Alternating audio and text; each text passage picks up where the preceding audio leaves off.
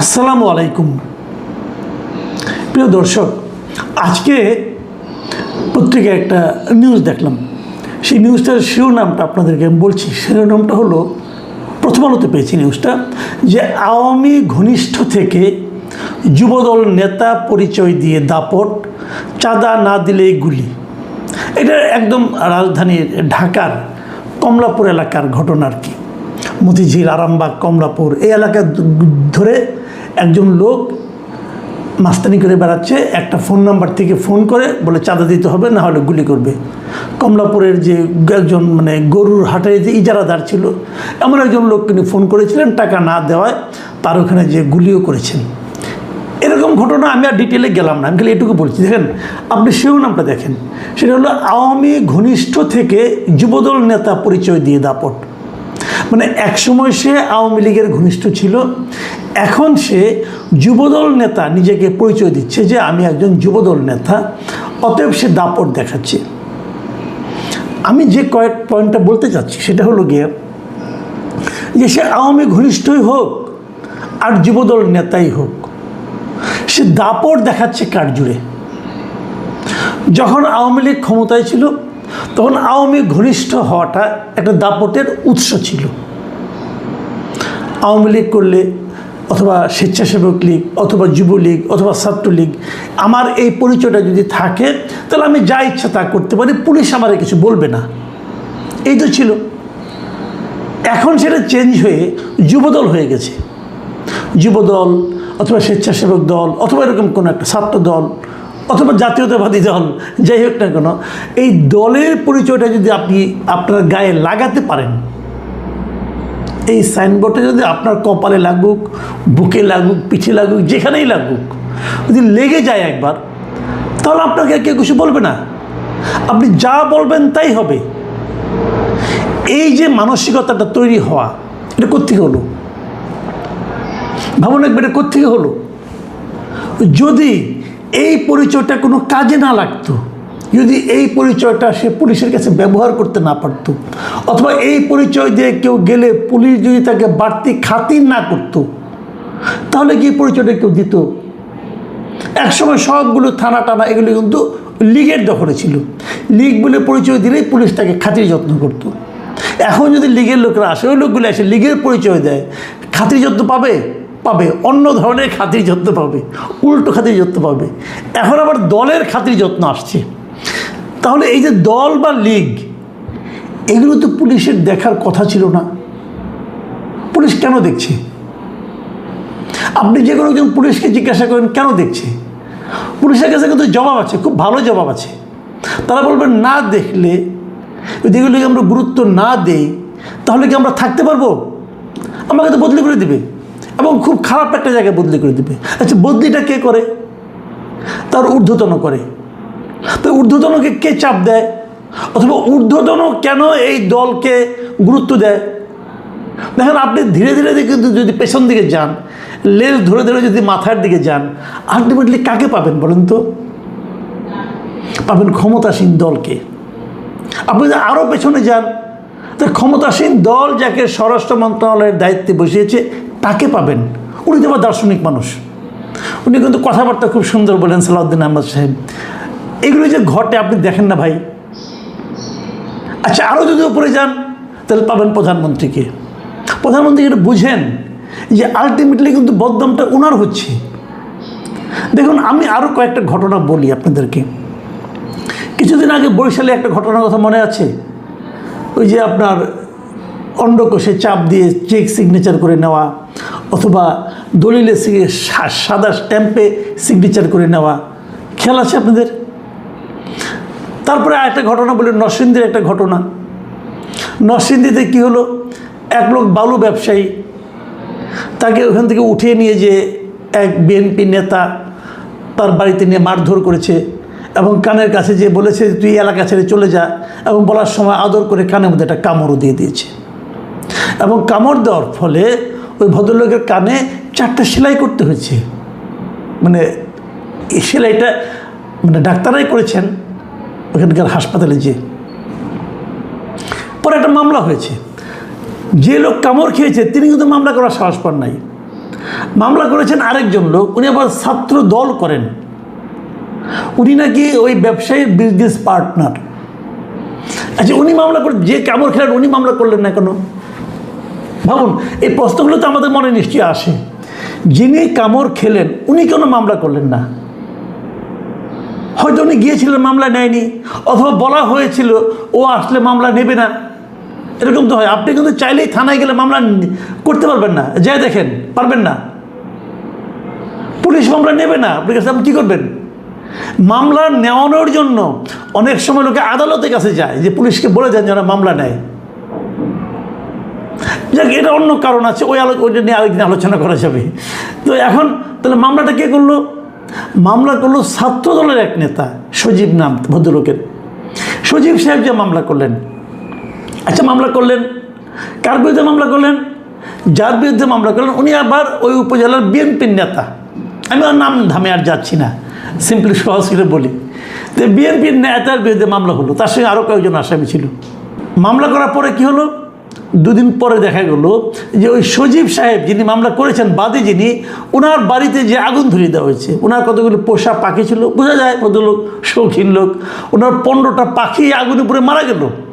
এবং যেখানে মামলা, যে ঘরে আগুন ধরিয়ে দিয়েছিল ওই ঘরে আবার তারেক রহমানের ছবি ছিল, তার দলের জিয়াউর রহমানের ছবি ছিল, খালেদা জিয়ার ছবি ছিল, ওগুলো টাঙানো ছিল, ওগুলো সব পড়ে গেছে। আগুন তো আর দল বুঝে না, বুঝছেন না? আগুন তো আর তারেক রহমানকে চিনে না।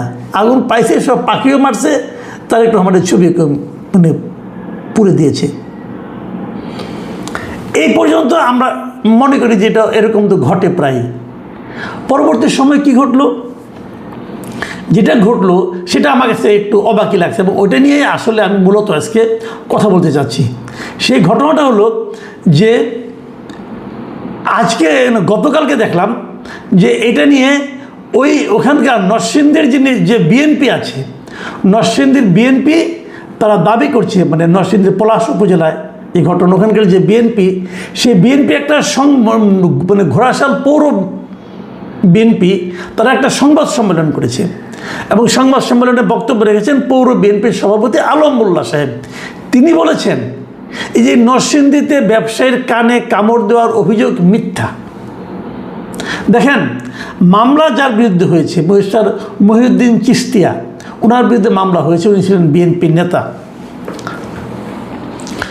ওনার বিরুদ্ধে মামলার প্রতিবাদে সংবাদ সম্মেলন করছে পৌর বিএনপি, মানে দল এখানে করতেছে, এবং দল বলতেছে মানে জাতীয়তাবাদী দল মানে বিএনপি, সে ঘোড়াশাল পৌর শাখা যিনি আছে, তারা বলতেছে যে এই ঘটনাটা মিথ্যা। আমার প্রশ্ন হলো, এখানে দল কেন জড়ালো? মামলা হয়েছে ব্যক্তির বিরুদ্ধে, ব্যক্তিটা ফেস করবে। দল বলতেছে এই ঘটনাটা আমরা আইনগতভাবে ফেস করব। তো আপনি কেন ফেস করবেন? আপনার বিরুদ্ধে মামলা হয় নাই, মানে দলের বিরুদ্ধে মামলা হয় নাই, দল কেন ফেস করবে? এই জায়গাটাতেই প্রশ্ন। তার মানে দল এবং ব্যক্তি একাকার হয়ে যাচ্ছে, এবং দল এবং ব্যক্তি একাকার হয়ে যাচ্ছে বলেই কিন্তু আইনের শাসনটা ব্যাহত হচ্ছে। এখন পুলিশ যখন কোনো অ্যাকশন নেবে তখন কিন্তু আলটিমেটলি এটা দলের বিরুদ্ধে চলে যাবে। তো আমাদের দেশে পুলিশের কি ক্ষমতা আছে যে ক্ষমতাসীন দলের বিরুদ্ধে কোনো অ্যাকশন নেওয়া? কারণ পুরো বিএনপি তো এখানে এক হয়ে গেছে, পুরো বিএনপি তো এর ব্যাপারে করতেছে যে ওখানে কোনো ঘটনা, কানে কামড় দেওয়ার কোনো ঘটনা ঘটে নাই। তাহলে তার কানে হয়েছিলটা কি? আমরা তো ছবি দেখেছি, সে কানের সেলাই করতে হয়েছে, ডাক্তারও বলেছে যে 4টা সেলাই লেগেছে। তাহলে কানে কামড় দেওয়ার ঘটনাই ঘটে নাই। আপনি যদি বলতেন যে আমার নেতা করে নাই, তাহলে বুঝতাম। কানে কামড় দেওয়ার ঘটনাই নাকি ঘটে নাই, তাহলে কানে হলোটা কি? কান নিয়ে যে রক্তাক্ত কানের যে ছবি আমরা দেখলাম, রক্তাক্ত কানের পর তারপরে ডাক্তাররা সেখানে যে বক্তব্য দিল যে কানে 4টা সেলাই লেগেছে, এবং তার সেলাই করার পরের যে ছবি দেখলাম, এই সবগুলিকে আমরা ভুল দেখলাম, সবগুলো মিথ্যা। দল এখানে জড়িয়ে যায়। দল যখন জড়িয়ে যায় তখনই আতঙ্কের জন্ম হয়। দেখুন, আমি আরও ঘটনা বলি। এগুলো তো আমরা উপজেলা পর্যায়ে আসলাম, আসেন এবার একটু কেন্দ্রীয় পর্যায়ে যাই। এবং কেন্দ্রীয় পর্যায়ে গেলে প্রথমে যার নাম আসেন, খুবই ক্যারিসমেটিক লোক, মিস্টার মীর শাহে আলম। উনি আমাদের একজন প্রতিমন্ত্রী, স্থানীয় সরকার বিষয়ক প্রতিমন্ত্রী, স্থানীয় সরকার প্রতিমন্ত্রী উনি। উনি খুব কামের লোক আমি বলবো, কারণ ওনাকে নিয়েই যত আলোচনা হচ্ছে এই যাবৎকালে গত এই সরকার 5 বছরে এই 5 মাসে যে ক্ষমতায় আছে, এই 5 মাসে বিভিন্ন মন্ত্রীদের বিভিন্ন রকম কর্মকাণ্ড নিয়ে যে আলোচনা হয়েছে, এই আলোচনার শীর্ষস্থানে আছেন আসলে মীর শাহ আলম। আরও আলোচনা হয়েছে আমাদের মিলন সাহেবকে নিয়ে আলোচনা হয়েছে, শিক্ষামন্ত্রী, আমাদের যোগাযোগ ও সেতুমন্ত্রীকে নিয়ে আলোচনা হয়েছে, শেখ রবিউল, ওনাদের আলোচনা হয়েছে, কিন্তু সবগুলো যোগ করলেও বোধ হয় মীর শাহ আলমকে কেউ টাচ করতে পারবে না। উনি এত ঊর্ধ্বে উঠে গেছেন আলোচনায়। এবং ইন্টারেস্টিংলি এই আলোচনাগুলি যদি ইতিবাচক হতো তাহলে সেটা সরকারের পক্ষে যেত। ইতিবাচক কী হয়েছে? দেখেন এই সরকারের আমলে প্রথম যে সাংবাদিকটা গ্রেপ্তার হয়েছে সংবাদ করার কারণে, সংবাদ লেখার কারণে, সেটা কিন্তু মীর শাহ আলমের কারণে। মীর শাহ আলমের ব্যাপারে সমালোচনা করে একটা রিপোর্ট হয়েছিল, তার কারণে ওনার একজন ভক্ত মামলা করেছেন বগুড়ায়। সেই লোক বগুড়ায় থাকে এবং সে ওখান থেকে গাজীপুর এসেছিল, গাজীপুর থেকে তাকে অ্যারেস্ট করা হয়েছিল এই ভদ্রলোকের কারণে। ওনার কর্মকাণ্ডের শেষ নেই, একটার পর একটা ঘটনার উনি কেবল জন্ম দিয়ে যাচ্ছেন।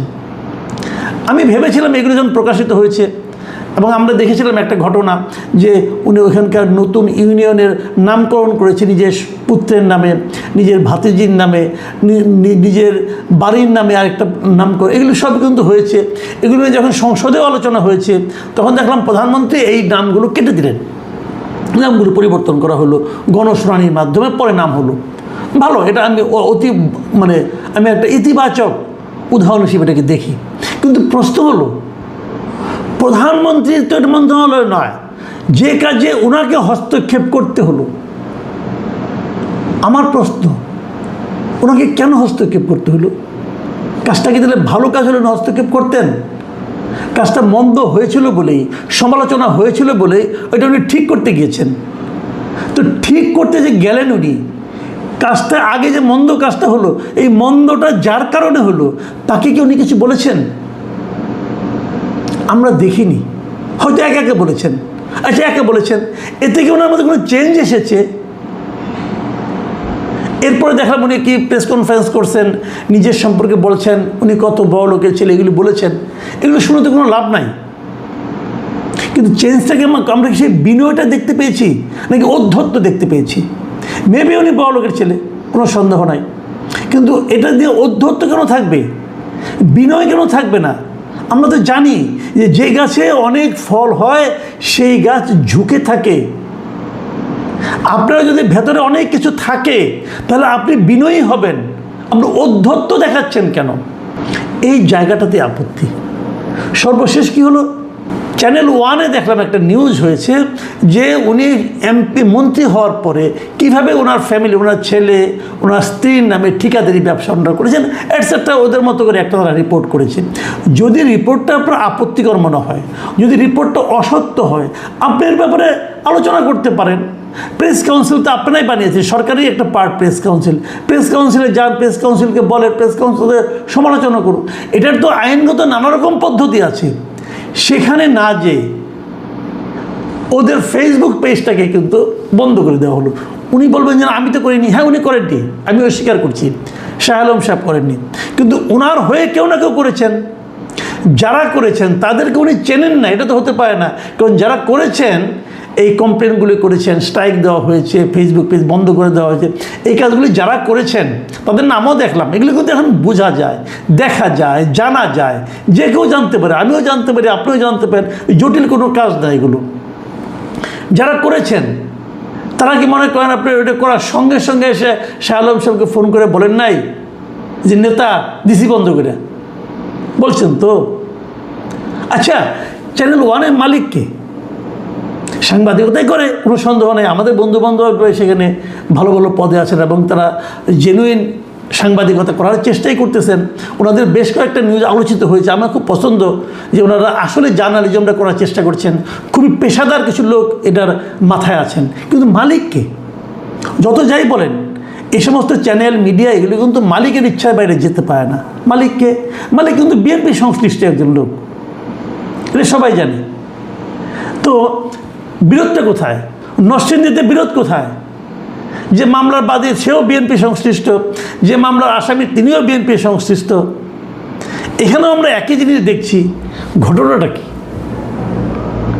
নিজেদের মধ্যে মারামারি লেগে গেল এত তাড়াতাড়ি, যেটা নাকি আওয়ামী লীগের হতে লেগেছিল অনেক বছর, আর এটা অনেক মাসের মধ্যেই হয়ে গেল।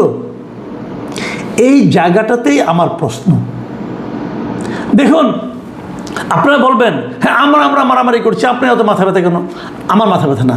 যখন আপনারা মারামারি করেন, তার উত্তাপটা এসে কিন্তু আমাদের গায়ে লাগে। আপনাদের কিছু হয় না, আপনারা একসময় আবার মিলমিশ করবেন, আবার একসঙ্গে কেউ না কেউ এসে মিলাই দিবে, হ্যান্ডশেক করবেন, সবই ঠিক আছে। বিপদে পড়বো আমরা কারা? আমরা সাধারণ মানুষরা, অথবা যে সমস্ত সাংবাদিকরা মালিকের প্ররোচনায় উৎসাহ পেয়ে এই সমস্ত রিপোর্ট করেন, দেখেন তার চাকরি কয়দিন থাকে। আমার তো সন্দেহ আছে, আমার অতীত ইতিহাসটা আমার কিছু আমার জীবনে কিছু ঘটেছে, আমরা তো কিছু জানি।